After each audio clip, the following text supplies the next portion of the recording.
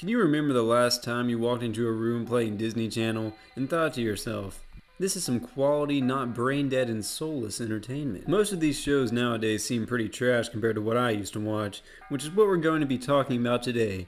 The golden age of television, if you will, at least as far as Disney and Nickelodeon shows go. Two of the shows I'm particularly fond of are The Suite Life on Deck and iCarly, which is what this video is going to be about. These are both classic shows that I will always remember. I mean, heck, I even follow both the Sprouse twins on Instagram still. And since there isn't exactly a line around the block of people wanting free buzz cuts, which is what I usually like to do for content, I decided to switch it up today and do this video. I've decided to compare these shows to see which one is better, and to do that I have taken one episode from the middle of each of the show's runtime, and I will compare it against 4 different categories. I tried to pick episodes that I remember being good and like really funny. So the 4 categories I made for this competition are laughs per episode, plot, characters, and theme song / transition music. So let's get right into it. The episode I chose for The Suite Life on Deck is called 7 Seas News. It's in the middle of season 2. You might have seen a viral clip of it going around of Zach talking about men and women's wages. And for iCarly, I took the episode I Get Pranky from season 3. But anyways, let's get right into the laugh category. So The Suite Life on Deck made me laugh a total of 19 times, which I was really surprised by, because since I've already seen all these episodes, I didn't expect to laugh as much like the second or third time. But I guess either they just know my sense of humor, or I just laugh pretty easily. The characters that made me laugh the most in this episode were Woody and Kirby. I think Kirby is one of the most underrated characters in all of TV history, but we'll get to that later. Of course, Zach and Cody also garnered a couple of chuckles, but other than that, I didn't find myself busting a gut or a nut at anyone else throughout the episode. On a more of a negative side, a lot of London's humor just never really lands with me. The whole dumb as a rock thing gets very old. Speaking of annoying, I forgot how much these older shows use the laugh track. They spam that sucker more than a drug addict butt huffs crack cocaine. It's kind of jarring, especially when it's sometimes like every 10 or 20 seconds. And there's like different levels of laughter depending on how funny they thought their own joke was. And sometimes there's this really annoying guy in the background when it's really funny that goes like, yee. But anyways, enough of my side rant. 19 laughs per episode is pretty good. That's almost a laugh per minute. Let's see if iCarly is able to keep up. So Nickelodeon was actually able to tickle me testicles about 7 times, which is actually, if you're bad at math, about 3 times less than old Mickey Mouse. I guess Mickey Mouse knows his way around a sack of balls. Now 7 times certainly isn't bad at all, but it just has some pretty tough competition. Most of my laughs from this episode were from Spencer and Gibby. Kind of like the Kirby-Woody situation, except Spencer just definitely has a leg up on everyone else on humor, in my opinion. I love that guy, Jerry Trainer. Nickelodeon really nailed the randomness with like his banjo and the spoon hat in this episode. Just kind of goofy stuff, you know what I'm saying? Spencer's like kind of like the older bro that you always want, you know? In this episode, the prank montage that I did was pretty funny, and they had this banger soundtrack in the background. It's this song called The Joke Is On You, and I always remember that song. It's like kind of fire. I may play a few seconds, but I don't want to get copyrighted. I also feel like The Suite Life on Deck had a slight advantage because Kirby, the guy who I laughed a lot at, is not in many of the episodes at all. He's like a rare sighting, kind of like a beautiful sperm whale breaching the heart. And speaking of Kirby, I actually found out during this video that the actor that played him died, and that hit me hard, man. The sad thing is, I'm pretty sure he died of a heart attack, and then in the show they made a joke. They were like, "You're one double cheese sandwich away from a heart attack." But anyways, R.I.P. to Wendell. I think that was his name.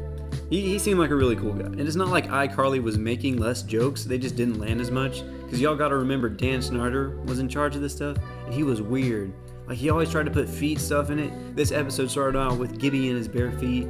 Just like weird jokes that just like are pretty uncomfortable to watch nowadays. So it takes a while to recover and get back to laughing after some of those. So that also put a little bit of a dampener on the iCarly laughs. I understand that edginess is part of Nickelodeon's thing, but some of it just did not hit, man. I'm sorry.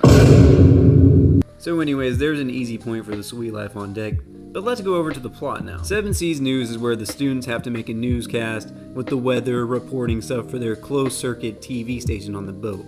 And their main competition, Boat Cops, which is Kirby's show, and that's they want to stay on the air and get good ratings. So that's kind of the main tension. There's also some tension between Zach and Bailey because they're co-anchors and they don't like each other.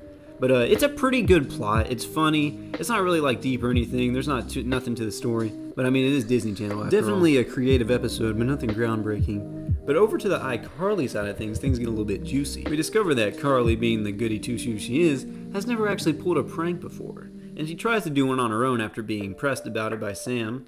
But her prank sucks, so she gets Spencer to do it. But the thing is, Spencer, there's a bit of lore about when he was a kid. And they found a really good actor to play him as a kid. Like, he looks pretty similar. Anyways, he used to be a praying monster, but he eventually stopped because he got addicted to it. And then they make him prank again, and he gets addicted to it again, and they have to have like an intervention. And it's honestly a really like clever plot. So iCarly's definitely winning this one.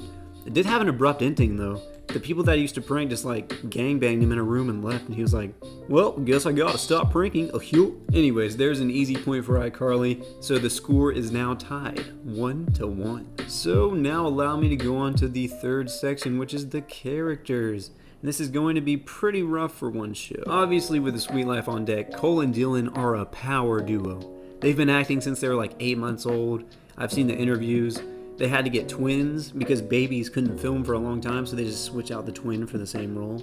So they are just great at acting. I could actually do a video on their first show, The Suite Life of Zach and Cody, where they're in a hotel. I could compare that against something if y'all wanted. Let me know down in the comments if y'all are trying to see that. Anyways, they have great chemistry. It seems like some of the times they're their characters in real life, even though I know it's not that cut and dry. But they have great chemistry with everyone, the cast, and each other. Speaking of cast, I completely forgot that Doc Shaw was in this playing Marcus, aka Little the ex-rapper. And I thought his character was super cool and interesting. A little bit stereotypical with the whole rapper thing. But he wasn't in this episode, so I can't talk about him. As far as female characters go, The Suite Life definitely has a disadvantage to iCarly. But I'd probably say Miss Tutwiler is my favorite in this episode. I'd say this because he's pretty funny, plays a great teacher, and doesn't really get on your nerves too much. Speaking of nerves, Bailey and London are not that great in my opinion. They're pretty annoying to me. I don't mean to complain, but it's just Bailey's backstory never really stuck with me.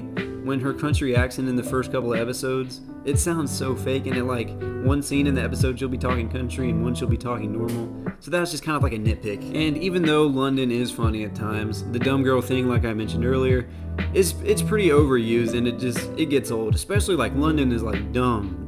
You know what I'm saying? You got Woody, who is just simply hilarious.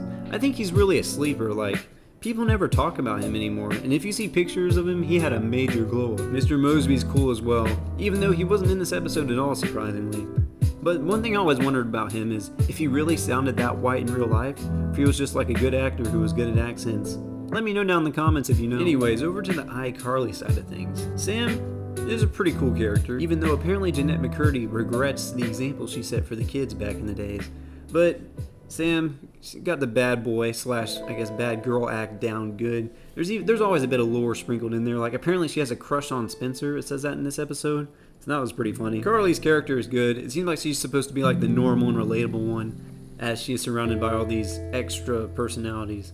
Like all the characters on iCarly are kind of like cartoon characters, honestly, except for her. I also had a huge crush on her as a kid, so I may be a little bit biased.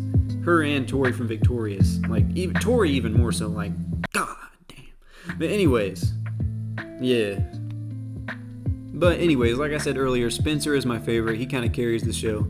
Gibby is cool when he pops in, you know, shirtless and everything. I heard his like life got ruined for that because every time he went in public, people just started like trying to declothe him like unconsensually. Kind of like me and my uncle. Oh yeah, and there's Freddy. I never really liked him. His face just kind of pissed me off.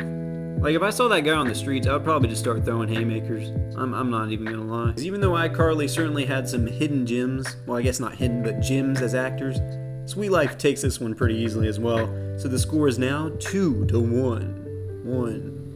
Now time for the last section. Theme song plus transitional music. This category is really close, and at the end of the day, it probably comes down to personal preference because both shows have some straight up bangers. I do think iCarly's theme is better and slightly more memorable as like just a song that I'm gonna listen to, but the Suite Life song is bolder, and it gets your attention fast. Like, listen to the first few seconds of this.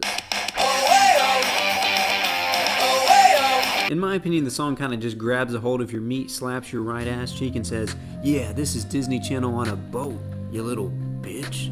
What are you gonna do about it? I also like the continuity because I'm pretty sure it's the same band for their first show. Not 100% on that. So those are neck and neck, but where Suite Life really edges out is the transition music, like in between scenes and for commercial breaks and such, because it just like screams like tropical, like just taking it easy on a boat, and it just really fits the show well. So I'm giving this one to the Sweet Life as well, which brings our score to 3-1, Sweet Life taking the dubski. So that's going to be all for this one today, guys. Sorry if you're an iCarly fan, but if you disagree, you can make sure to let me know down in the comments section. I just think Sweet Life was genuinely funnier, had better acting, and I just enjoyed the show better, man. I don't know what else to say. Also, let me know if you want to see any other show comparisons. Maybe a Sweet Life on Deck versus Victorious, kind of like a round 2. Because I do think Victorious has a better shot than iCarly at beating it. And also, dropping a like helps a ton. See ya.